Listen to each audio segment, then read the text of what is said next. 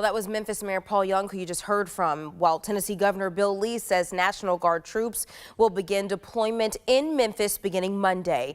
Mayor Paul Young and Memphis Police Chief C.J. Davis sat down exclusively with Action News 5 on A Better Memphis to talk more about federal resources that are coming right here to the Bluff City. Our Amani Williams has that report. Governor Bill Lee announcing the Memphis Safe Task Force is scheduled to deploy in Memphis Monday. And we will begin operations for the Memphis Safe Task Force next week.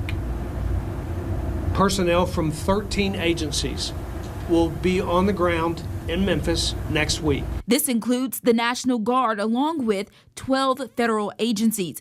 That answers the who and when, but where will they go? Memphis Police Chief C.J. Davis said this deployment will look a little different than it did in D.C., but she did not specify exact neighborhoods in Memphis. And so what we're hoping to do is utilize National Guard servicemen and women in environments that can be more proactive as far as deterring crime and so on, and not as much in a public safety sort of capacity.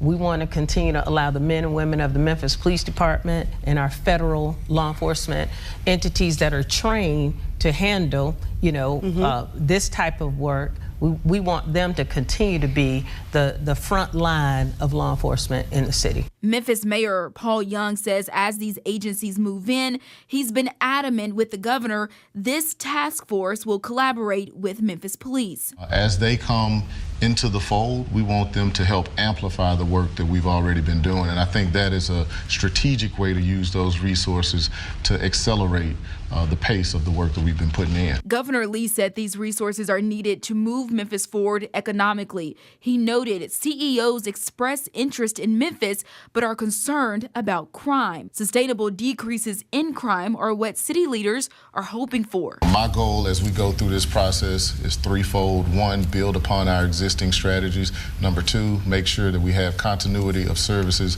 And then three, most importantly, sustain any gains that we achieve. And in order to sustain those gains, we do have to address those root causes. Well, that was Action News 5's Amani Williams reporting. Now, Chief Davis also told us there will not be any disruptions in the police department's service. These agencies will give the department a chance to amplify their current operations. Meanwhile, Governor Bill Lee also says troops will be in their standard uniforms and they will not wear masks, no armored tanks. Also, troops will not be armed unless local agencies request their assistance. The Guard will not be able to make arrests nor issue warrants. We are also hearing from the Memphis community and business owners about troops heading to the city. They say they hope troops can collaborate with local law enforcement rather than take things over. I think that's the most important thing that they do is they come in and work hand in hand with existing agencies and Memphis Police. We all want safety first, and I think if we all focus on that safety aspect, we all want the same thing. And some of us are unsure what that looks like, but I think that the city and what I heard from the mayor's office today is the right direction, is that we have to be transparent and they have to communicate what's going to be going on in the city. Well, it could take a few months to see how the Memphis Safe Task Force impacts our city in a variety of ways, including whether new businesses arrive and how consumers react to everything. Well, many leaders and Tennesseans are protesting the National Guard coming to this city today. They'll be holding a statewide day of action at the state capitol in Nashville. Speakers plan to talk about the economic and social impacts of militarizing neighborhoods. This event begins at 10 a.m. Local and state organizations are also hosting an event today. It's a call to action. The Free the 901 campaign was founded by more than a dozen groups like the ACLU of Tennessee, Memphis for All, and Micah. They say the task force is overreach and will make a call to reject militarization. Free the 901 plans to meet at 1 p.m. in the park at the corner of Neely Street and Adams Avenue. They'll hold a march immediately after. 8:38 is your time this morning, and happening right now, it is the annual St. Jude Run Walk at Tom Lee Park. It's an event hosted by our very own Ariana Poindexter and Andrew Douglas. There's some video from the event from previous years. Now, this brings the community together to celebrate the work of St. Jude Children's Research Hospital. Y'all, as you know, they provide life-saving care at no cost to patients. And the festivities are underway for the 36th annual Southern Heritage Classic, but it is also the beginning of a new era. For the first time, it's going to be the University of Arkansas Pine Bluff taking on newcomer Alcorn State at Simmons Bank Liberty Stadium. It is the first game without Tennessee State, which played in the Classic for more than 30 years. Fans have been tailgating since Thursday, getting ready to cheer on their schools later today. You have that insatiable feeling to we want more. So we're coming back to finish things out. We like coming to Memphis. It's been great to us. They're a great host. Now we want to give Memphis what they want to and come back with a victory. Well, in just a few moments, the Orange Mound Parade is going to begin. After that, there will be a Battle of the Bands at Whitehaven High School. That is always a good time. And then there's a fashion show at the Halloran Theater. Both of those events start at 11 o'clock. As for kickoff, the game is at 6 p.m. But if you're like me, you're going to head there a little early to do some tailgating, maybe dance like those folks right there. And Riley, today is the day we've been talking about it all morning. This weather is just so gorgeous. Perfect for the weekend. Yes, it's perfect weather, Sydney. And we have those temperatures right now in the 60s for a good chunk of the region, warming up into the 80s as we head throughout the next couple of hours. Those highs are going to get into the mid 80s, along with lots of sunshine as we head throughout the day today. And the reason for all that sunshine is high pressure sitting overhead the mid-south, really right above our region. And that sinking air allows for skies to be relatively cloud-free as those clouds form from air lifting upwards. So if you can't get the air to go up, the clouds don't want to form either. And those temperatures, well, we are in the 60s right now across the region. I think by the time we get towards that 10 a.m. hour, we'll be in the 70s. And then the 80s as we head into the afternoon time frame. Mid 80s are going to be where those highs peak today. Overnight lows tonight getting back down into the 60s and 50s for some of our more rural neighborhoods. Mostly clear sky is in that forecast. Not only today, not only tonight, tomorrow as well, even into parts of the early part of the work week. That's something that we are going to be watching very closely. Those temperatures, again, warming into the 70s over the next few hours. Highs peaking in the 80s as those skies remain sunny as we head throughout the day. So a great day to get outdoors. And something also worth mentioning here, humidity is going to remain comfortable. It's not non-existent out there, but it remains on the very low side, meaning it's a great weekend to get outdoors. You know, if you're sitting inside right now, what are you doing? Come on. You know, our show's almost over. After that, you can get on outdoors and enjoy the weather. And we don't have any rain in the forecast this weekend. The rain we did see earlier in the week, that Tuesday, Wednesday, Thursday time frame, that is not incorporated in this latest drought monitor, which came out on our Thursday. So yes, we have a severe and extreme drought, but it'll be very interesting to see next Thursday. Make sure you tune in to Action News 5 for the next drought monitor that incorporates some of that rainfall that we saw earlier this week.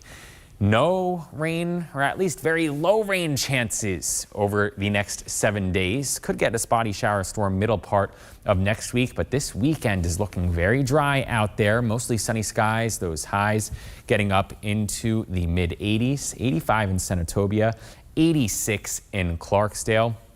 And why don't we take a look at this 10-day forecast here? We're talking about mostly sunny skies Saturday and Sunday. Both days will be great to get outdoors. A little bit warmer for your Sunday afternoon than Saturday afternoon. Highs getting close to that 90-degree mark on Monday, 89 degrees. And then into the middle part of the upcoming work week, we are talking about partly cloudy skies coming along with those highs in the mid to upper 80s. Rain chances remain low. I think if we have a day with higher rain chances next week, it will be on Tuesday. All right, Riley, thank you. Let's talk high school football. Our game of the week features a matchup of unbeaten teams as Germantown hosts Central. Now, the game started out close in the first half, but Germantown would score 33 in the second half to run away with the score. Hey, Red Devils win this one 45-21. All right, let's take a look at some more scores across the Mid-South. Hey, check on your friends over at Sheffield. Fairleigh blew them out 86-6. Also, check on your friends at Hamilton. Melrose shuts them down 56-0. Munford needed overtime to defeat Whitehaven 36-35. And then over in Mississippi, Horn Lake gets the win over South Panola 21-14. Good night of high school football. Okay, let's talk college football now. The Memphis Tigers trying to stay undefeated today as they start conference play against Florida Atlantic. Now, the Tigers are coming off of that huge win at home against the Razorbacks. Meanwhile, Florida Atlantic had a bye week. Tigers head coach Ryan Silverfield says the extra time gives FAU more time to game plan for them. I think coming off a bye, they're going to have some different answers for us. They've been able to study our opponents, and obviously with our coordinators being here, they've got a bigger menu to look at and how they may try to attack us, offense, defense, and special teams. So it comes with its challenges. I've got to be careful that we're not sitting here, and you guys have heard me talk about this, chasing ghosts, right? Trying to find answers. We're just going to have to prepare to the best of our ability, make sure that we are handling things the right way, because there's going to be some in-game adjustments coming from their bye. Kickoff for tonight's game is at 6 o'clock. It's airing on ESPN2.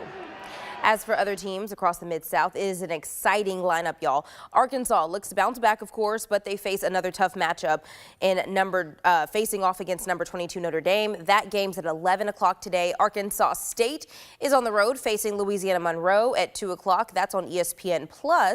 Number 13 Ole Miss is hosting the number 4 ranked LSU Tigers.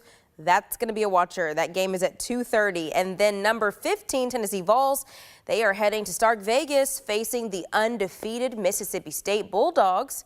Boy, it's been a minute since I've said that. It starts at 3:15 on SEC Network.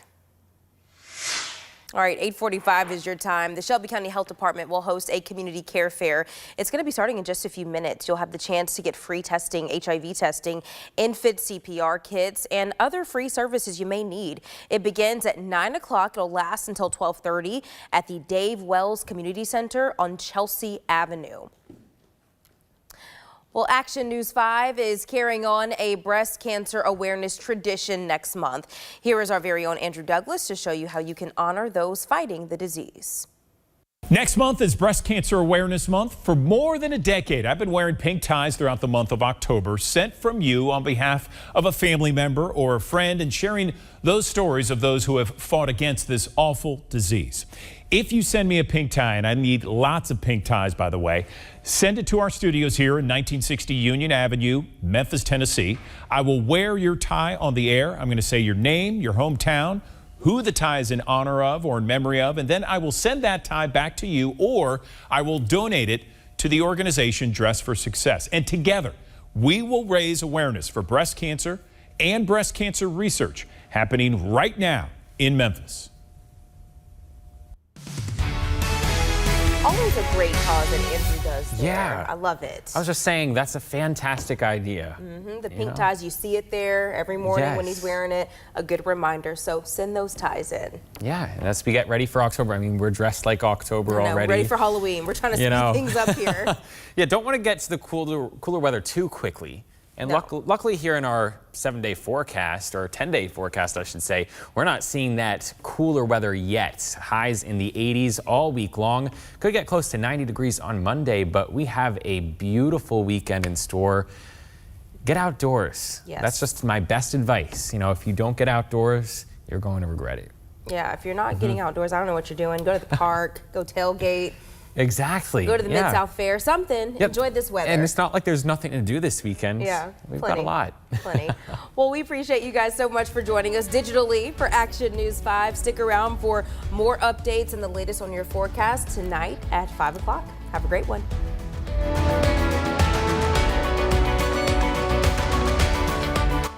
Take the First Alert Weather Team wherever you go. Live radar, hour-by-hour forecasts, everything you need to help plan your day. Download the free